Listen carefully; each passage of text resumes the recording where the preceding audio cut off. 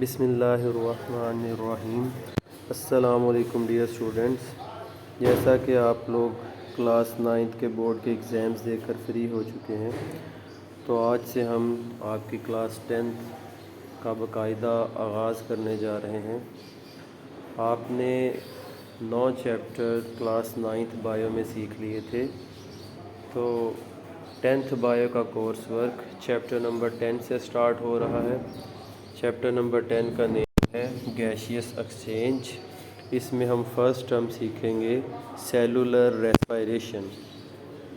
Cellular respiration is the process in which the CH bonds in food are broken by oxidation reduction reactions and the energy is transformed into ATP, and this energy, which is stored in the form of ATP, is utilized by body cells to perform their functions। जैसे कि अभी मैं बोल रहा हूँ, इसमें energy utilise हो रही है और वो एनर्जी वही यूज़ हो रही है जो एटीपी की फॉर्म में बॉडी में स्टोर हुई है। एरोबिक रेस्पिरेशन को डिस्कस करते हैं। जैसा कि आपने क्लास 9th में रेस्पिरेशन की 2 टाइप्स के बारे में सीखा था, aerobic respiration and anaerobic respiration. Aerobic respiration जो ऑक्सीजन की प्रेजेंस में होती है, जिसके लिए ऑक्सीजन की प्रेजेंस नेसेसरी होती है, उसे एरोबिक रेस्पिरेशन कहते हैं। और एन एरोबिक रेस्पिरेशन की वो टाइप है जो ऑक्सीजन की एब्सेंस में होती है। तो यहाँ पर हम डिस्कस करने लगे हैं aerobic respiration. In aerobic respiration oxygen is used and there is complete oxidation of the food material. Carbon dioxide and water are also produced in this process. Next term हम सीखने लगे हैं gaseous exchange. Taking in oxygen and giving out of carbon dioxide is termed as gaseous exchange. Next term है breathing. The term breathing is used for the process through which animals take air in their bodies to get oxygen from it and then give out the air for getting rid of carbon dioxide. Breathing में और respiration में बिल्कुल minor सा difference है। वो difference ये है कि रेस्पिरेशन जो है ये मैकेनिकल प्रोसेस भी है और बायोकेमिकल प्रोसेस भी है। इसमें केमिकल रिएक्शंस भी इन्वॉल्व होते हैं, जबकि जो ब्रीदिंग है वो सिर्फ़ और सिर्फ मैकेनिकल या फिज़िकल प्रोसेस पर ही मुश्तमिल है। तो इनका डिफरेंस एक दफ़ा देखते हैं। Respiration involves the mechanical and the biochemical processes, whereas breathing is only the mechanical or physical process of exchanging of gases. Now we will discuss about gaseous exchange in plants.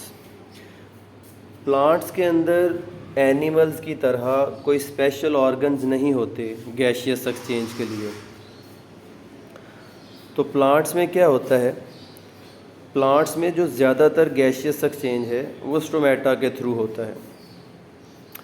Plants have no organs और systems for the exchange of gases with the environment. Every cell of the plant body exchange gases with the environment by its own. The leaves and young stems have stomata in their epidermis. The gaseous exchange occur through these stomata. इन्हीं leaves और young stem में कुछ gaseous exchange जो है वो cuticle के through भी होता है। In young stems and leaves some gaseous exchange also occur through the cuticle, which is present over their epidermis. ये लीफ का स्ट्रक्चर है क्लास, जिसमें आप देख रहे हैं कि सबसे लीफ में ऊपर जो पार्ट मौजूद है वो क्यूटिकल है, क्यूटिकल की लेयर है। तो कुछ गैशियस एक्सचेंज जो है क्यूटिकल के ज़रिए भी होता है। इसके नीचे सिंगल सेल की लेयर है, अपर एपिडर्मस, और बिल्कुल लास्ट में भी देखें तो वो भी सिंगल सेल की लेयर है जो कि है लोअर एपिडर्मस। दरमियान में मेसोफिल सेल्स मौजूद है। स्टोमेटा लीफ में लोअर एपिडर्मस में मौजूद होते हैं, तो वहाँ पर ही लीव्स की लोअर एपिडर्मस में मौजूद स्टोमेटा, उन्हीं के ज़रिए गैशियस एक्सचेंज होता है लीव्स में। प्लांट्स को दिन भर में दो तरह की सिचुएशन का सामना करना पड़ता है।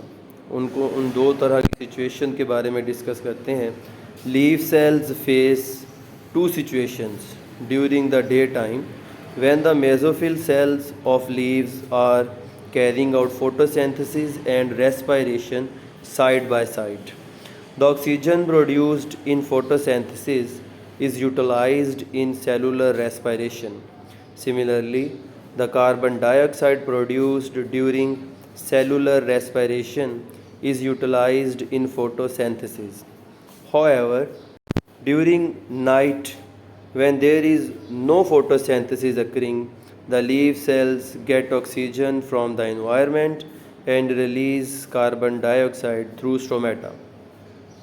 तो दिन के वक्त प्लांट्स में फोटोसिंथेसिस और रेस्पिरेशन दोनों प्रोसेसेस हो रहे होते हैं। रेस्पिरेशन के प्रोसेस में जो कार्बन डाइऑक्साइड प्रोड्यूस होती है वो फोटोसिंथेसिस के प्रोसेस में यूज़ हो जाती है, और फोटोसिंथेसिस के प्रोसेस में जो ऑक्सीजन प्रोड्यूस होती है वो रेस्पिरेशन के प्रोसेस में यूज़ हो जाती है।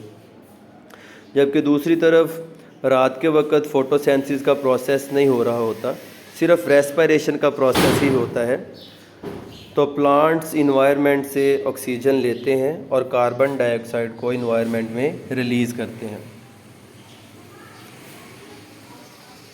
वुडी स्टेम और मैच्योर रूट, उनके ऊपर बार्क आ जाती है जिसकी वजह से उनके स्टोमेटा ढक जाते हैं। तो फिर वुडी स्टेम और मैच्योर रूट में गैशियस एक्सचेंज किसके ज़रिए होता है? In woody stems and mature roots the entire surface is covered by bark which is impervious to gases or water. However, there are certain pores in the layer of bark. These are called the lenticels. The lenticels allow air to pass through them.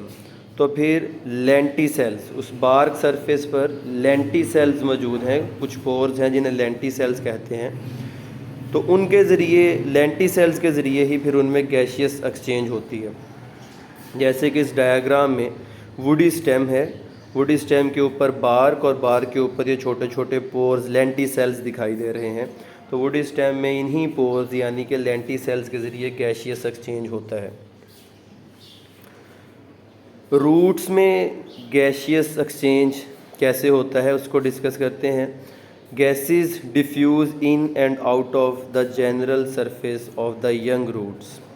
The gases are found in the soil surround the roots. जैसा कि जड़ें जो हैं वो ज़मीन के नीचे मट्टी के अंदर मौजूद होती हैं, तो मट्टी में जो एयर होती है वहीं से रूट्स में ऑक्सीजन जो है वो एंटर हो रही होती है और कार्बन डाइऑक्साइड वहीं से इवॉल्व हो रही होती है। एक्वेटिक प्लांट्स के बारे में डिस्कस करते हैं कि उनमें गैशियस एक्सचेंज कैसे होता है। The aquatic plants get the oxygen dissolved in water and release carbon dioxide in the water. जो एक्वेटिक प्लांट्स हैं वो वाटर में डिजॉल्व्ड ऑक्सीजन को ही अपनी बॉडी में लेके आते हैं और कार्बन डाइऑक्साइड जो प्रोड्यूस होती है उसको वाटर में ही रिलीज़ कर देते हैं। आई होप सो क्लास कि आपको इस लेसन से काफ़ी कुछ सीखने को मिलेगा। हमारा लेक्चर यहीं पर एंड होता है। Thank you.